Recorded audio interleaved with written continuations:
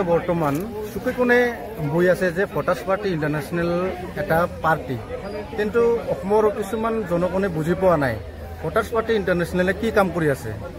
গতিকে অসমৰ জনসাধাৰণক মই ইয়াকে বুজাব বিচাৰিছোঁ যে ভোটাৰ্ছ পাৰ্টি ইণ্টাৰনেশ্যনেলে ভোটাৰশ্বিপ হিচাপে এটা নেশ্যনেলে কিবা অল ভাৰতত ভোটাৰশ্বিপ হিচাপে আমি পাব লাগে বুলি আমি ভোটাৰ্ছ পাৰ্টি ইণ্টাৰনেশ্যনেলে এতিয়া সংগ্ৰাম কৰি আছোঁ।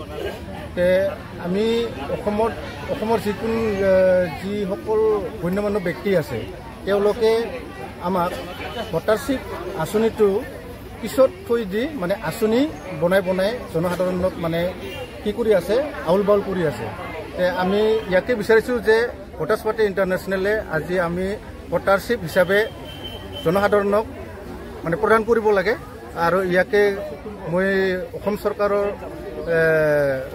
আজি মুখ্যমন্ত্ৰী বা বহুত জ্ঞানী গুণী ব্যক্তিসকলে যেন এইখিনি কথা বুজি পায় যে ভোটাৰৰ যিখিনি ভোটাৰৰ অধিকাৰ, সেই অধিকাৰ যেন জনসাধাৰণক প্ৰদান কৰে।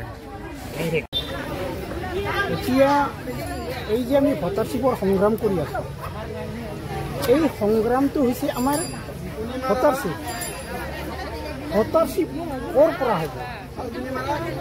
ভোটাৰশ্বিপ আমাৰ যিটো নেকি MNL সমান ভোটাৰশ্বিপ। এম মানে হ'ল মেচিনৰ দ্বাৰা যিটো আয়, সেই আয়ৰ পৰা ভোটাৰশ্বিপ পোৱাৰ আমাৰ অধিকাৰ আছে। 2 নম্বৰ হ'ল এন নেচাৰেল, যিটো প্ৰাকৃতিক সম্পদ, সেই প্ৰাকৃতিক সম্পদৰ যিখিনি ইনকাম বা সেই প্ৰাকৃতিক সম্পদৰ ওপৰত ৰ'দ বৰষুণৰ পৰা যিখিনি টকা চপোৱা হয়,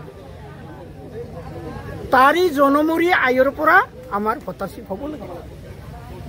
আৰু এল, যিটো নেকি আমাৰ ভাৰতৰ সংবিধান, ডক্টৰ ভীমৰাও আম্বেদকাৰে যিটো সংবিধান লিখি থৈ দিছে, সেই সংবিধান মতে যিহেতু ভোটাৰৰ নামত নোট ছপোৱা হয়, আইনৰ নামত টকা লোৱা হয়, তাৰ পৰাও আমি ভোটাৰশ্বিপ পাব লাগে।